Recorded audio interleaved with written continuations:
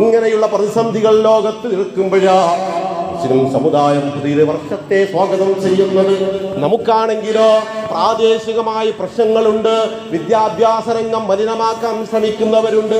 ഇപ്പൊ നമുക്കറിയാമല്ലോ, പുതിയ വിദ്യാഭ്യാസ വർഷം തുടങ്ങുമ്പോൾ വിദ്യാഭ്യാസ പദ്ധതിയാകെ ഉടച്ചുവാർക്കണമെന്ന് ആഗ്രഹിക്കുന്നു. ആ വിദ്യാഭ്യാസ പദ്ധതിയിൽ, പുതിയ പാഠ്യപദ്ധതിയിൽ 1-2 നിർദ്ദേശങ്ങൾ വന്നിട്ടുണ്ട്.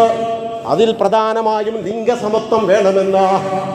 ലിംഗസമത്വത്തിൽ 2 കാര്യങ്ങൾ ഉൾക്കുന്നു.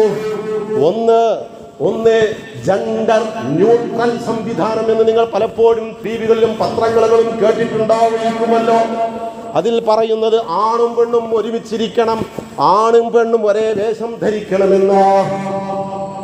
ആണുങ്ങളെ വേഷം പെൺകുട്ടികൾ ധരിക്കണം. അതുകൊണ്ട് സമത്വം വരുമോ? ലിംഗസമത്വത്തിന് പ്രധാനമായും വേണ്ടത് അതാ.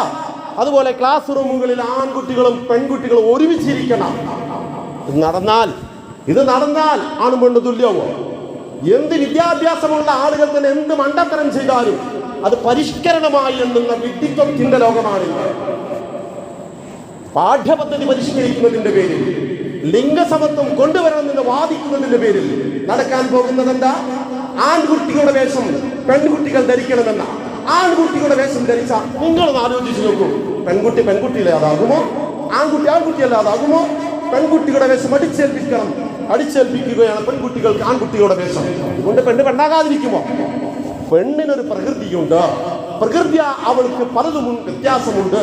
നിങ്ങൾ എന്ത് പരിഷ്കാരം കൊടുത്താലും, എന്ത് ജെൻഡർ ന്യൂട്രൽ സംവിധാനം കൊടുത്താലും, എന്ത് പുതിയ പേരിട്ടാലും പെണ്ണ് തന്നെയാ, ആണ് തന്നെയാ. അത് മാറ്റിമറിക്കാൻ പ്രപഞ്ചത്തിനൊരു ശക്തിക്കും സാധ്യമല്ല. ആരാണ് ഇതിന്റെ പിന്നിൽ? ഈ ഗൂഢപദ്ധതിക്കെതിരെ വിശ്വാസികളെ നമ്മൾ ബോധവാന്മാരാവേണ്ടതുണ്ട്.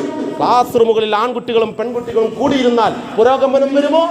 ഇത് പാശ്ചാത്യവൽക്കരണമല്ലാതെ മറ്റെന്താണ് പ്രിയമുള്ളവർ? ഒരു ക്ലാസ്സിൽ ആൺകുട്ടികളും പെൺകുട്ടികളും ഒന്നിച്ചിരിക്കണം. ഒരു ധാർമ്മികമായ സമൂഹം ഇവിടെ ഉണ്ട്. ആ ധാർമ്മികമായ സമൂഹത്തെ പിന്നെയും പിന്നോട്ടടിക്കുന്ന, മുന്നോട്ട് കൊണ്ടുപോകുന്ന സംവിധാനങ്ങളാണ് ഇതെല്ലാം. ധാർമ്മികത ഇല്ലാത്തൊരു സമൂഹം വളർന്നു വരണം. അതാണ് നാസ്തികരുടെ സ്വപ്നം. ധർമ്മം നശിച്ച, അതിരുകളില്ലാത്ത ജീവിതം സൃഷ്ടിക്കുന്ന, എന്തു വന്നാലും വേണ്ടില്ല എനിക്ക് ആസ്വദിക്കണം, മുന്തിരിച്ചാറു പോലെയുള്ള ഈ ജീവിതം എന്ന ഭൗതിക ദർശനത്തിന്റെ പിന്നാലെയാണ് നമ്മളൊക്കെ പിന്നോട്ട് പോകുന്നതും മുന്നോട്ട് പോകുന്നതും. അതുകൊണ്ട് തന്നെ ലിംഗസമത്വത്തിന്റെ പേരിൽ അടിച്ചേൽപ്പിക്കാൻ ശ്രമിക്കുന്ന ഈ ഗൂഢപദ്ധതി വിശ്വാസികൾക്ക് സ്വീകാര്യമല്ല എന്ന് ഉച്ചസ്ഥലം പ്രഖ്യാപിക്കാൻ നമുക്ക് സാധിക്കേണ്ടതുണ്ട്. ഈ വിദ്യാഭ്യാസത്തിന്റെ കാര്യത്തിൽ മാത്രം ഉൾക്കൊണ്ടാണ് ഞാൻ പറയുന്നത്. മറ്റെന്തെങ്കിലും എന്റെ മുന്നിൽ ലക്ഷ്യമില്ല. നമ്മുടെ സമൂഹം ധാർമ്മികമാണ്. ഇന്ത്യ വിശ്വാസികളുടെ നാടാണ്. കേരളം വിശ്വാസികളുടെ നാടാണ്.